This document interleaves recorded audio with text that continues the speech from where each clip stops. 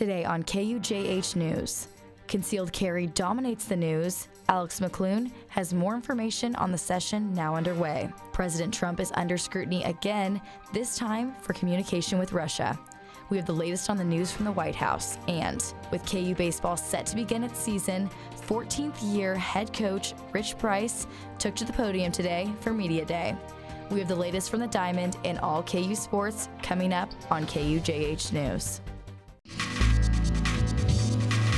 From the University of Kansas, you're watching KUJH News.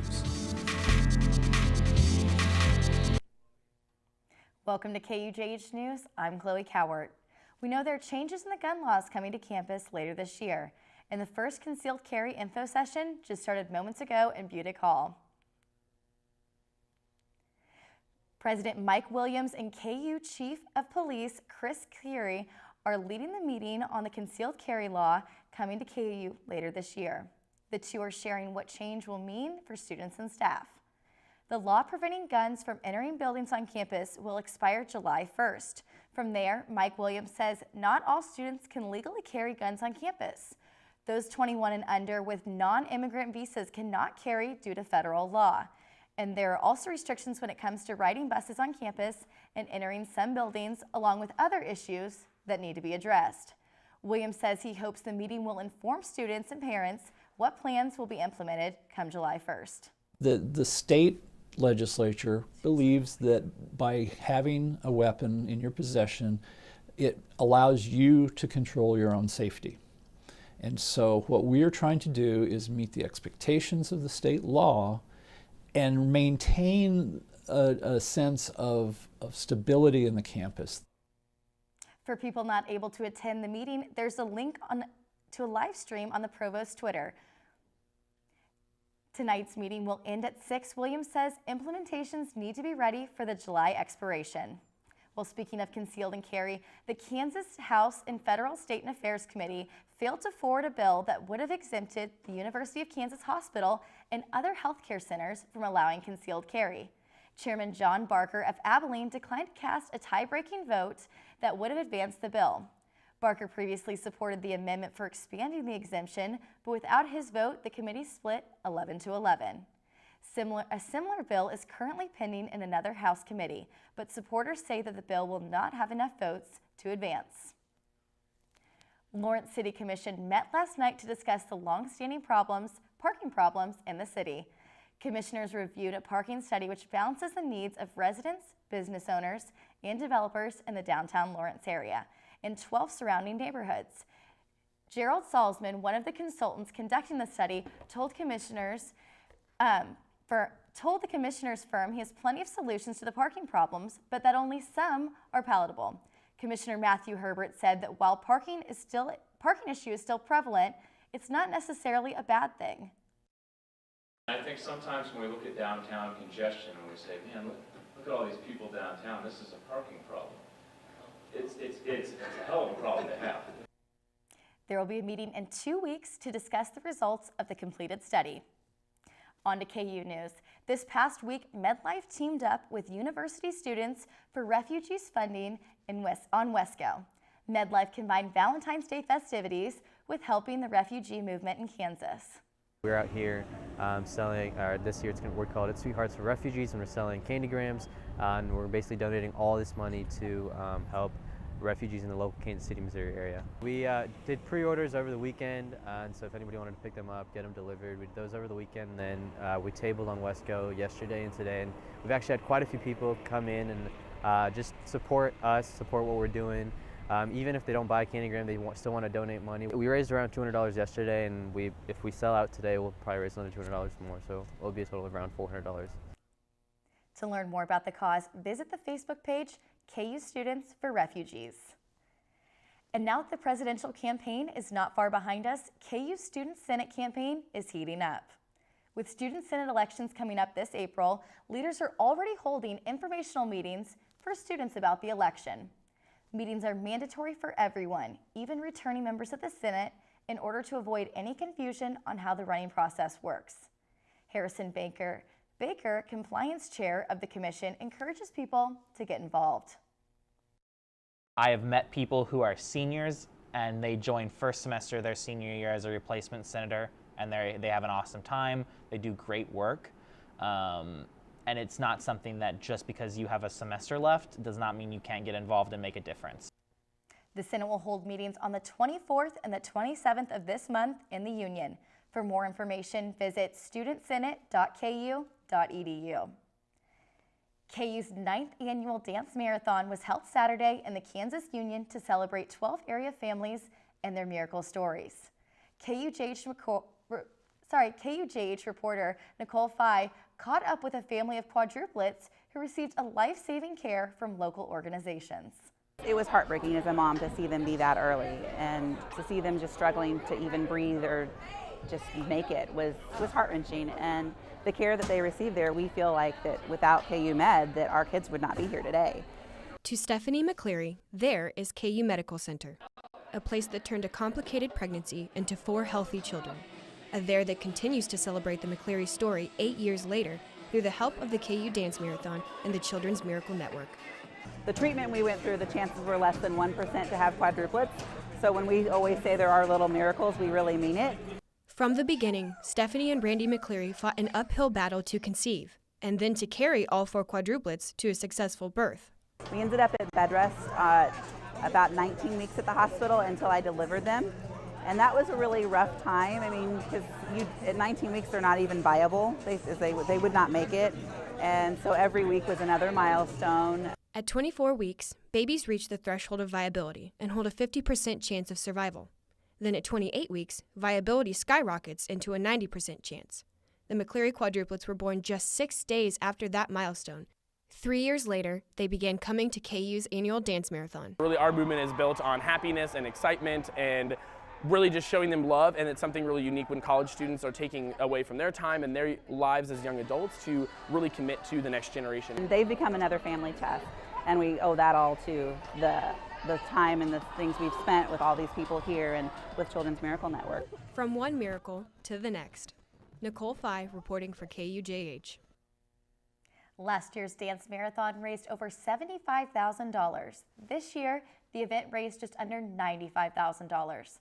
The quadruplets also plan to collect birthday presents this year for patients of the NICU in honor of their 8th birthday.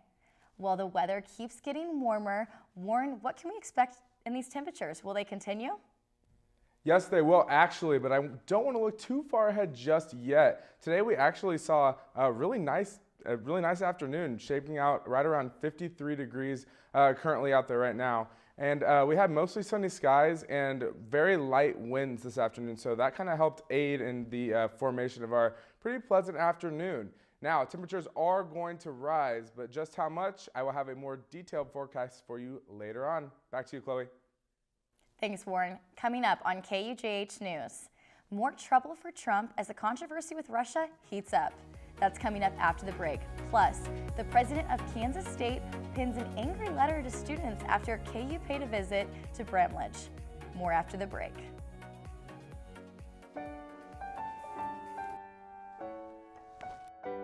We connected so fast when we first met. I think that our relationship will last for a lifetime.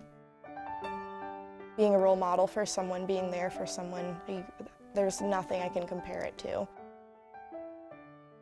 She has uncles up in Minnesota that treat me like I'm their own now. I feel like she's actually my big sister in a way. It's been one of the best decisions I think I've ever made. You're doing great. We're gonna try this again, okay? Okay. Wheels, pedals, handlebar, brakes. Sit up straight, keep your weight in the center, keep your eyes on the road, hands on the grips, button the seat. If we feel ourselves falling, what do? Just keep pedaling. Good girl. Now remember, it's all about balance and steering. Steer with your hands, steer with your body. Steer into the corners and you stay out of trouble. And the bell's your buddy, so go ahead and ding that. All right, you ready? Here we go. Pedal, honey, pedal. There you go, you're a bike rider. Most parenting is hard to do in just 2 minutes. But 2 minutes twice a day making sure they brush is easier, and it could help save them from a lifetime of tooth pain. So they say it's a man's world? I don't see anybody's name on it.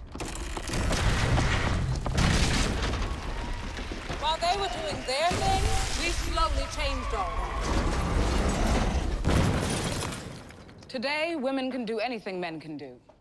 And there's one thing we're even better at.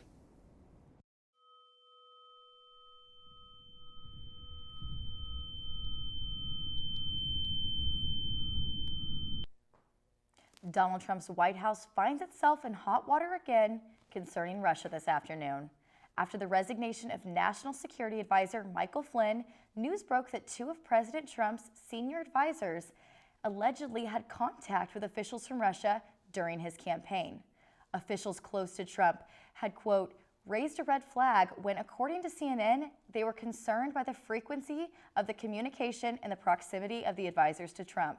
However, according to Senator John McCain, it's unclear how much involvement the Russians have actually had in U.S. politics in the last year. We know that the Russians attempted to affect the outcome of our election. We know that, although we don't think they succeeded. But the latest information in the media requires questions to be answered. Meetings and press conferences with leaders from both sides of the aisle are scheduled throughout the week to discuss the future of the U.S.'s relationship with Russia.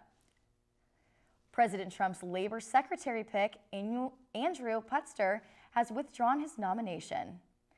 Senate Republicans told the White House he was losing support from fellow Republicans. The withdrawal comes after a week of scrutiny concerning abuse allegations of his ex-wife, employment of his undocumented housekeeper, and his views on labor issues. Well, flu season is upon us, and this season for many has been one of the worst in years. KUJH reporter Caroline Burkhardt gives us the information on the 2017 flu season. Influenza is a respiratory virus that can be spread through coughing and sneezing. There are different types of flus. Humans often get influenza A and B, whereas C is generally found in animals.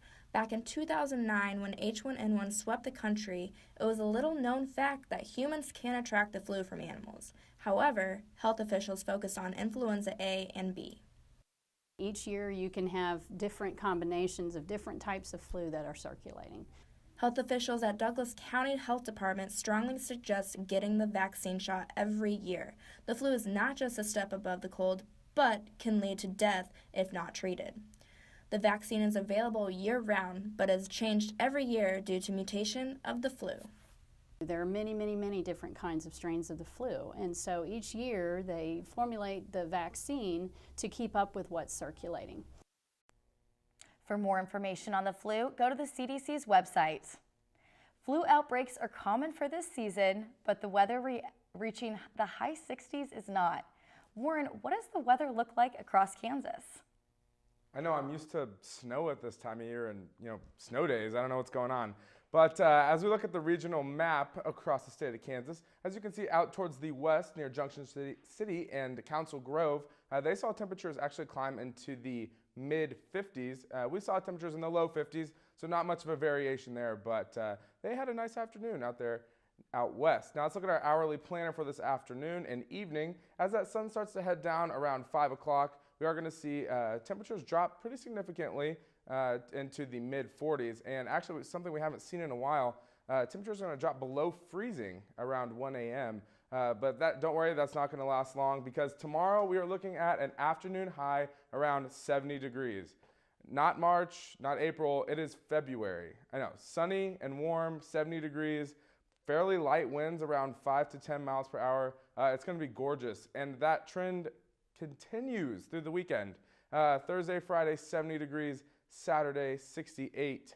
And we stay in the mid to upper 60s for the rest of the week. We are looking at a little bit of a disturbance for Monday, but nothing to worry about. Get out there, enjoy the weather, please. Amazing temperatures. Back to the desk. Well, Warren, I'm really looking forward to that warm weekend. Now, it's old news now. K-State and KU fans are not very nice to each other. During the Jayhawks' win over the Wildcats at Bromwich Coliseum on February 6th, tempers reached a boiling point again as Wildcat fans began chanting the now infamous explicit KU chant. The game was broadcast on ESPN. K-State President Richard Myers, who was in his first year, was less than amused by the chant and penned an open letter to students to express his displeasure. Myers described the chant as personally embarrassing for him and that he had heard about the chant from his friends across the country. The Wildcats are just over a year removed from the controversy involving their football team's band during a KU game. Well, the weather's been pretty nice. It has been nice. And speaking of nice weather means spring sports are coming up. The Jayhawks opening weekend is coming this Friday. We hear from coaches on what to look forward to. Stay with us.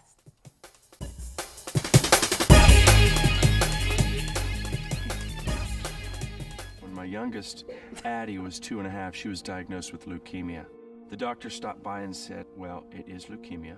And then the next thing she said without even missing a beat was, and here's what we're going to do. We are so blessed and lucky to say that she is extremely healthy. I could not be more grateful for groups like the Leukemia and Lymphoma Society. It was that research that let that doctor say, it's leukemia, and here's what we're going to do.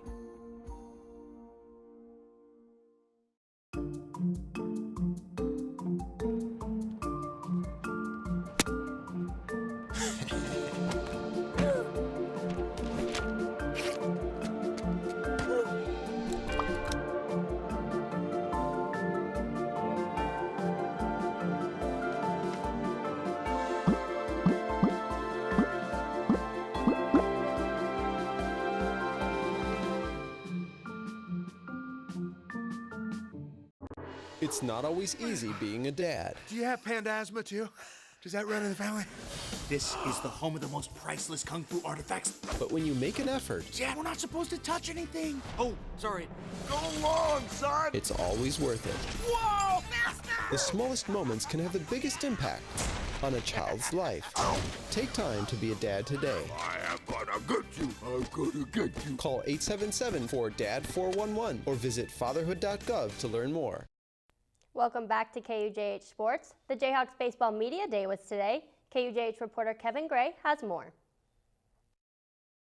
The 2017 Kansas baseball season is about to get underway, and there are 3 things the players and coaches are looking forward to going into the season. The first is the youth. You'll be shocked when you see how young our team is we put on the field. It's partly designed with the fact that there could be as many as 5 freshmen and 3 sophomores playing at one time. The second thing, they're looking to improve on the offensive outputs.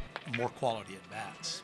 I think one of the most overrated stats in baseball is your batting average. Third of all, the pitching. He's been electric the last 2 times out, and it's making his fastball even better. And most sidearm guys pitch at 83, 84, and he's pitching at 87, 88 now with much improved off-speed pitches.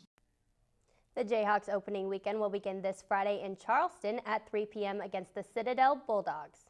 And speaking of spring and baseball, the Royals took the field yesterday to kick off spring training. A strange tradition is starting to form around spring training and unusually strange injuries. The Royals relief pitcher Brian Flynn was added to this list after falling through the roof of his barn yesterday. Flynn suffered a broken rib and vertebrae fractures and will be out for a minimum of 8 weeks. In 2016, relief pitcher Will Smith suffered a knee injury after losing balance trying to take off a shoe. And 2014 was an eventful year with outfielder Michael Saunders tearing his meniscus after stepping on a sprinkler head. Rondo Belisario fractured his shoulder climbing out of a swimming pool, and Corey Hart sliced open his foot in a hot tub. Let's hope these Royals can get through the rest of the spring training season without adding any more names to that list. If you made it out to the KU game on Monday, it was loud to say the least. Loudest arena ever in the history of the world, as a matter of fact, as the fans in Allen Fieldhouse broke Kentucky's former world record for loudest indoor arena. A loud and exciting game it was after the team made a comeback that couldn't be described as anything less than an Allen Fieldhouse miracle. After Monday's game, the men's basketball team is exhausted, and rightfully so. Players like Mason, Jackson, and Graham are averaging over 30 minutes per game. Coach mentions that his team is in need of some serious downtime. When we win a big game, guys will get up and dance and everything. Everybody sat there and was totally exhausted, and nobody got up out of their chair, and we were just very thankful. So there was no jubilation outwardly because I think everybody's, exhausted. Coach Self is giving the team 2 days off the court rest before traveling to Waco on Saturday, where they will be taking on number 4 Baylor at CBS at noon. While Josh Jackson completed a rather impressive pass from sitting in a sitting position on Monday night's game, former KU star Andrew Wiggins fell victim to another. LeBron made one of the best passes of this NBA season last night as he threw a no-look bullet through the legs of Andrew Wiggins. Wiggins is continuing to rise as one of the best players in the NBA, averaging 23 points so far this season. Well, Chloe, back to you. I honestly don't think I've ever seen something like that. I know. Well, if you Could did it it have been on purpose, purpose? Could it? We don't know. Yeah. We'll never know. Well, after that KU game, I think we were all as happy as these camels. Take a look at this.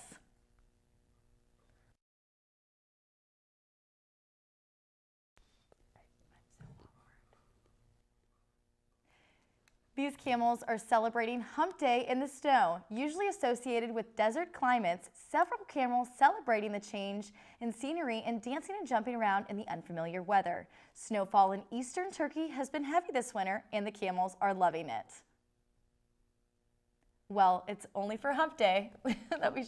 Yeah. Well, that's all we have for you today. Thanks for joining us, and have a great afternoon.